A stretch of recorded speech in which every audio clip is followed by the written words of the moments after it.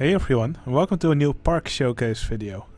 In this video I will show you the park Faastopia Through the Ages by the user with the name Faas. He is a regular player on the NE Designs in the NE Designs community. And yeah, he makes some nice parks, and this is a park that he made that doesn't use any custom scenery or rides. So yeah, I always love a good NCSO park, so that's why I've chosen to make a little review video for it. Okay, I will just go start at the entrance and then I will go through the park. But first off, yeah, I just want to say that I actually kind of like how he did the outside of his park. So he didn't use this park and he actually did the black tiles with these, with these regular black path tiles, these of the ash path. When you use this as a full tile, it actually looks quite nice, and this way you don't have to use a black tile palette or black tile objects. Okay, well, actually I'll first start at the parking lot. I actually kind of like how this parking lot is done. So there's this building in between for the coaster, but yeah, over here there's a parking lot. I actually really like how he decorated it with these canopies here. So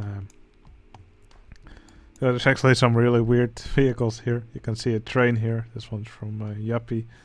Yeah, these vehicles are all from members of the NE community. There's actually also a plane parked here. Yeah, I kind of like how he gave all these these canvas roofs different colors. Kind of like how you would could see on a real parking lot, just to differentiate between all these plots, and so that guests can actually find their the spot where they parked back more easily later when they go back home. Also like this sort of viewing area right next to the water here, with all these plants and the ducks swimming around. That's pretty cool. Okay, here's the entrance of the park. Now this really reminds me of the park Ancient Worlds from Alex, and there's actually more parts of the park which look like Faas took inspiration from. But yeah, the entrance, I think it looks really nice, especially this building over here, which is called Services. I really like the way he did the clock of that building. That's pretty cool. By the way, there's several rides here which keeps putting messages that they have no path leading from the exit. Not really sure what those rides are. Well, one of those rides is this ride here called Docks. I mean, it will probably just be easy to just close them. I mean, the boats will stay and the messages will stop. So that's probably a good idea. When you have a ride of which you just want to show the vehicles, yeah, please just close them. Also, I see a ride here called Wooden Wild Mouse 1. I always recommend to name your track texture rides. For example, you could name this Sunken Boat. Probably better name than Wooden Wild Mouse 1. It's not really strictly necessary, but it just makes your park feel a little bit more complete. Yeah, I really enjoy the way he did these buildings. Also a nice little fountain here in the middle. This just looks really nice. What I also like is how he decorated all the paths. Yeah, there's a lot of path here, but it's all broken up with these trees and these little tent roofs. And yeah, also some nice decorations here, like this park map.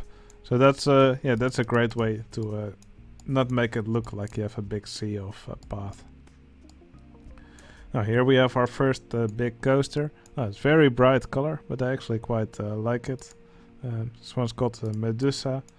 I believe this area is this area looks like a Roman area. And yeah, I actually really like the station for it. It's quite simple, but it has a nice shape to it. Also looks like there's a garage door here. Not really sure if that's really useful with the support in front of it. But yeah, I like the shape of the building. It's nice and open. Yeah, it's fun to see the coaster come out of it. And here it heads into a tunnel, and there's probably a turn around here underground, and then it heads up the lift hill. Now after the lift hill, it goes through a loop, and then there's this cobra roll here. Now I really like the way he supported this cobra roll. Again, quite simple with these pieces, but I think it works out pretty well.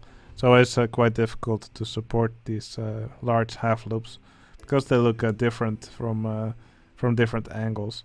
So it's always very difficult to put these in the right spot. Okay, here there's a crazy turnaround, then it dips under the station again. That's actually some pretty cool interaction with the queue.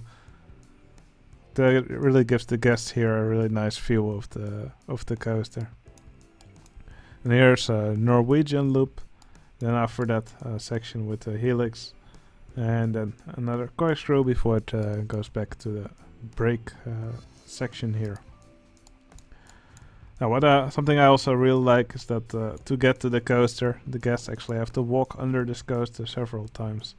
And here there's a nice little plaza with this statue in the middle, and here from the statue the guests go to the queue, and the queue also goes in the middle of this coaster here. And you could already see this. I already showed this dip earlier, where the coaster dips under the queue and under the station. That's a really nice part. I don't see a transfer track, but not really sure if it actually needs one. Probably no space for it here anyway. Okay, yeah, I really enjoy this coaster. It's just really nicely decorated. Also some nice pillars here in between, nice gardens, rocks. This is just really well done. Okay, here we also have a building called Pentium. This is a 3D cinema. So here's probably where guests can watch a movie. Then we have this river rapids ride here. Now this is also the landscaping here is done really nicely. He also did a really great job on the sides with this monorail track, and he hid the gaps between the land and the monorail really well with all this quarter tile scenery, all these pillars, these rocks, and these plants. Now, one nitpick I have about this ride is that he actually used the crooked house to make the crooked house ride type to make it invisible. So yeah, if you use the allow arbitrary ride type changes cheat, then you can see it's a crooked house. And when you do that, it means the ride gets really low stats, and a lot of guests will just skip the ride because it's not their preferred intensity rating. So they want to go on something more thrilling. What I always recommend people to do is to turn their ride into a lift or elevator if your game is set to American English. And then guests will ride it regardless of its stats because it becomes a transport ride. Well, this only only applies when the game is free, when the ride is free of charge. But yeah, I always turn them into a lift if the guests have to ride it. For rides that just have to sit somewhere, like these boats, for example, then I would, or this boat, I mean, then I would typically turn them into a crooked house, because then, yeah, the ride will never break down. And when the guests don't have to ride a ride with invisible track, then its stats also don't really matter. I will quickly disable breakdowns, because I saw some rides break down, and it will not be nice to review a park where the rides are not operating.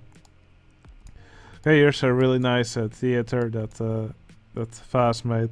You can see several gladiators here fighting some of these animals here. Here's one with a really nice name.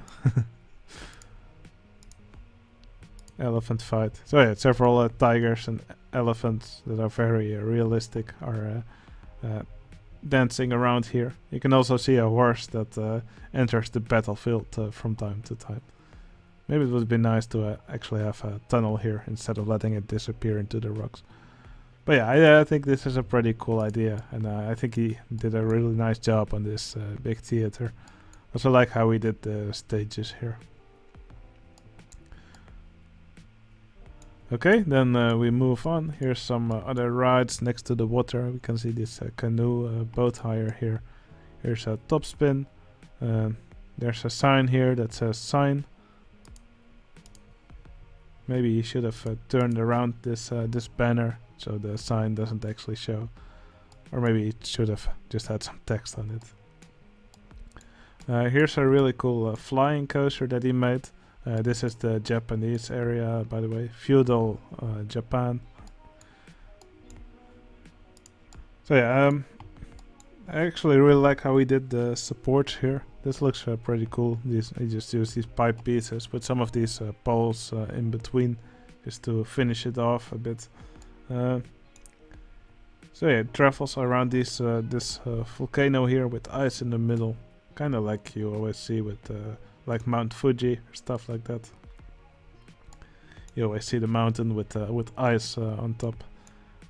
What I really like about this coaster is this double inversion that he made here. It's not something that I think exists on a real flying coaster. But yeah, I always love seeing fun and weird elements. I think this would really look cool on a real flying coaster.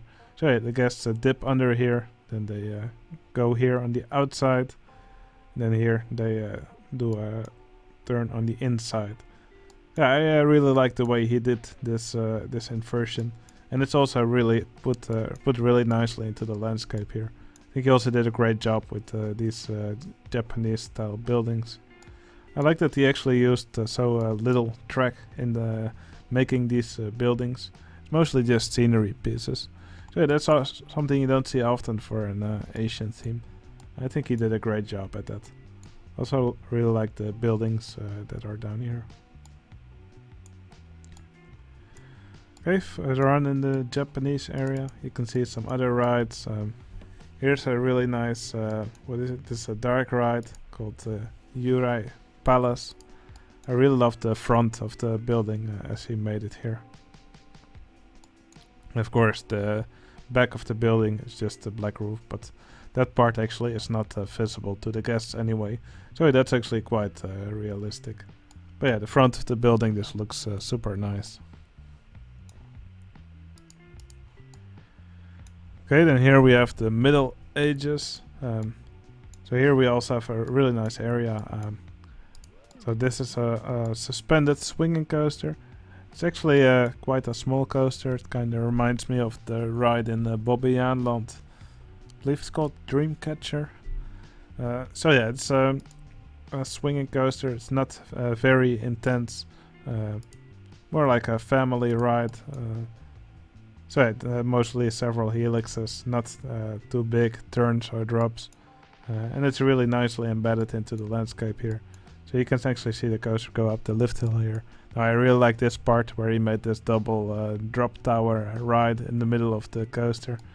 I just love the way he decorated it. Also with these cogwheels on top, this tower.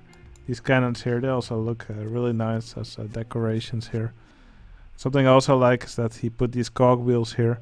But instead of showing the teeth of the cogwheel, you actually see the middle part, so the spokes through these windows. I think that gives a really cool effect. I also really like how he did the station here. Really nice. Okay, then we move on. Oh, wait, there's of course still a wooden coaster here. So here's the station of the coaster. This is more classic castle area. Again, a nice little plaza here in the middle. Something I really like what he did here is he actually put a horse here from a steeplechase ride, and he froze an entertainer on top to look like a knight. That's really cool. I saw him do it once before on like one of these horse statues, but this combination also works really well. Again, a queue that goes around under the coaster structure. And the coaster goes up the lift hill here. Then it has a big drop here into a sharp turn. I believe there was a wooden coaster once that had a big turn or a big drop immediately into a large helix. and it got really rough over time and earned the coaster a really bad reputation.